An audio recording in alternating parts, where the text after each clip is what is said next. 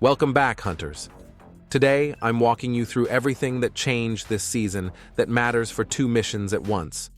First, the quality of life improvements and new convenience features, and second, the new content and growth systems you can start using right away. By the end, you'll know exactly what to click, what to farm, and what to amplify.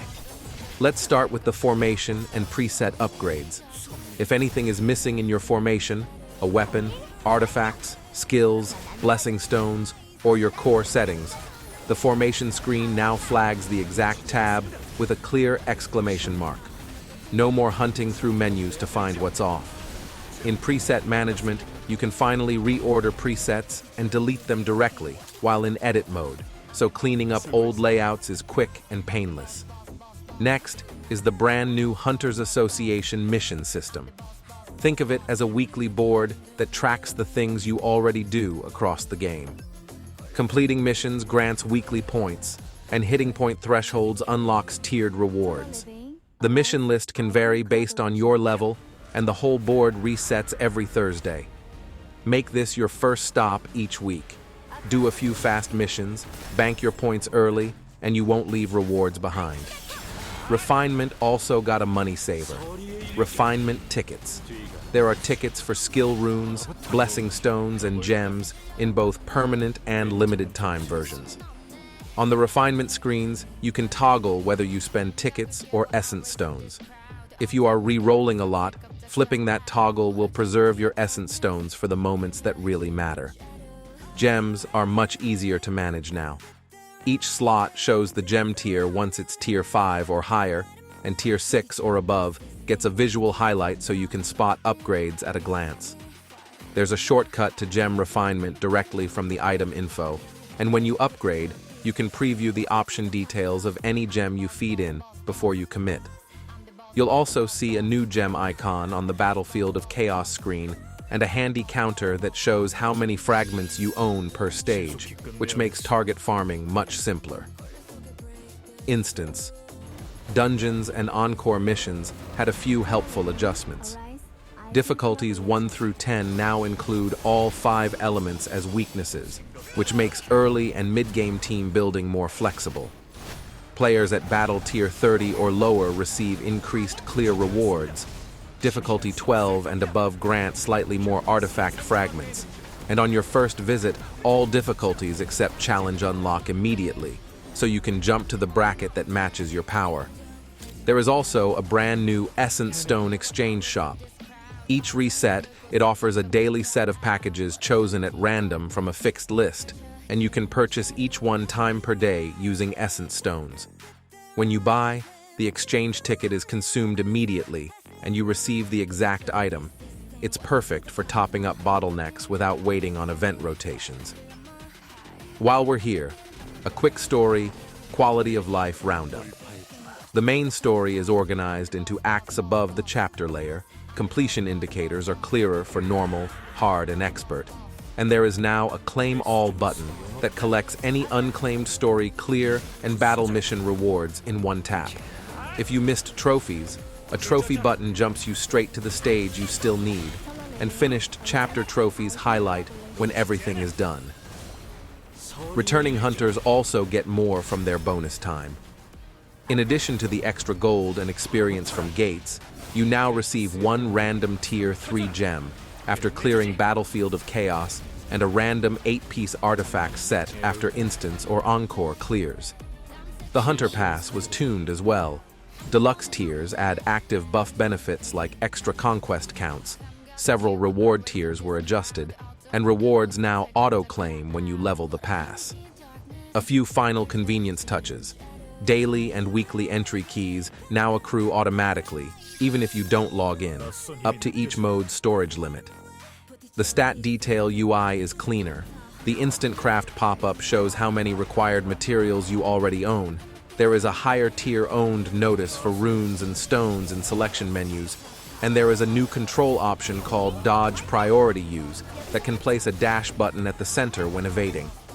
Alright, let's switch to the new content and growth systems. First up is skill research and the amplification system. You can amplify transcendent skill runes and transcendent blessing stones up to tier 3. Amplifying a skill rune increases that skill's final damage. Amplifying a blessing stone increases its bonus attack, bonus defense, and bonus HP. To attempt an amplification, you need one identical transcendent as material, amplification agent, and gold. Each tier has a base success rate, and you can spend extra agent to raise that chance up to a tier-specific cap. If an attempt fails, only the agent and the gold are consumed. The material item is not lost. Amplification agents drop from Battlefield of Time, Power of Destruction, and the Guild Exchange. One important note: the amplification buffs are not applied inside Battlefield of Time combat. A new skill was added as well: Piercing Thrust, with rare, heroic, legendary, and transcendent rune variants. It has been added to Fusion and to updated chest pools. Overall rank rates stay the same, but the list expands to include the new runes. Simulation Gate now extends to stage 40. You can skip directly to higher stages, and clearing a higher stage will auto-complete the lower ones for rewards. With that expansion comes a new enchanting material called First Edition of Magic Crafting 2, which drops from stage 26 and above. To help you climb, the Fusion menu now lets you combine lower-grade enchanting materials into higher-grade ones, with a success rate that depends on the target grade. Fusion is available up to First Edition of Magic Crafting 1. There is a new shadow to recruit: Skull. Skull's authority increases the team's mana power and reduces the team's skill MP consumption by 5%. If your rotations feel tight on mana, this shadow will smooth out the flow across many teams. The Architect's Test replaces the old Battlefield of Trials challenge. Each season offers 12 stages, and each stage is either a Jinwoo mode or a Hunter mode test. There are 5 test levels based on your battle tier. Higher levels pay better.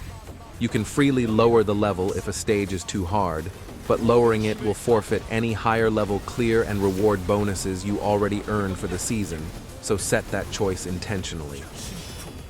Power of Destruction adds the new hard difficulty called Eternal Condemnation.